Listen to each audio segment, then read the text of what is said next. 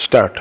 The present bill by special leave is directed against the order dated 1st October 2012 passed by the High Court, whereby the learned single judge in exercise of the jurisdiction under section 439 within bracket 2 read with section 482 of the Code of Criminal Procedure 1973 has set aside the order dated passed by the learned additional sessions judge Saket Courts Delhi, who had granted the benefit of anticipatory bail to the appellants in FIR number capital AA instituted for the offence punishable under section 420 IPC, registered at police station Defence Colony, New Delhi. Stop para.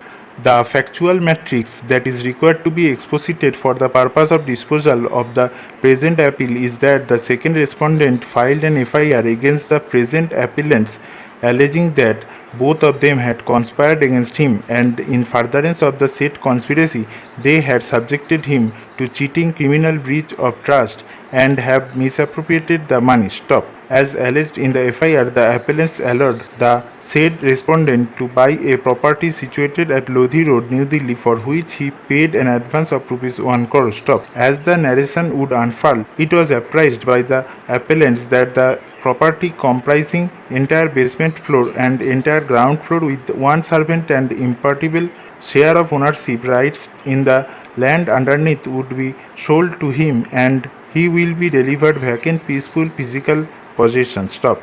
There are series of other allegations which would show that on the basis of oral agreement certain amount was paid, and on 30th April 2013 an agreement to sell was duly executed between the parties. Stop. It is also the case of the informant that remaining part of the amount, that is rupees 4 crores, was to be paid to the accused persons at the time of registration of the sale deed on or before 26 September 2011. Stop para. As the allegations proceed, after receipt of the amount, the appellants disputed the amount and delayed the execution of the sale deed. Stop. On an inquiry being made, the second respondent came to know that the appellants had entered into an agreement to sell the said property to a third person. Stop. That was the foundation to lodge the FIR. Stop. After the lodgement of the FIR, the appellants moved an application under section 438 CRPC for grant of anticipatory bail. Stop para.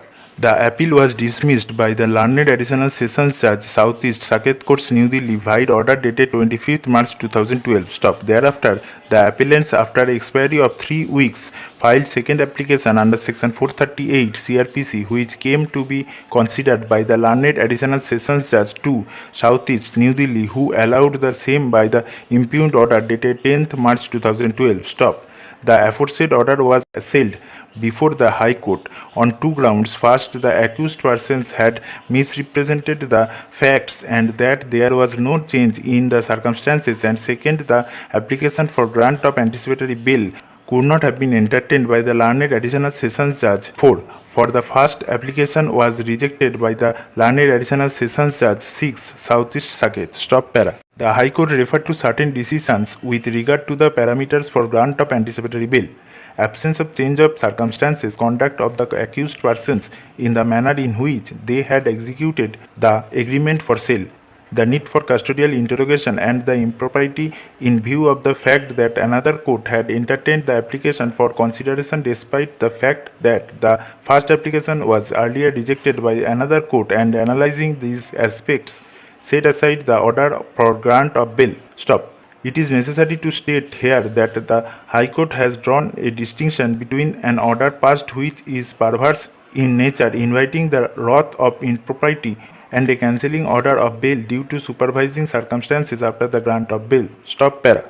We have heard the learned senior counsel for the appellants, learned ASG for the state of NCT of Delhi, and the learned counsel for the informant, the second respondent. Stop. On a perusal of the order passed by the High Court, we find that it has felt disturbed that the second application under section 438 CRPC was allowed by another additional sessions judge who had not dealt with the first application. Stop.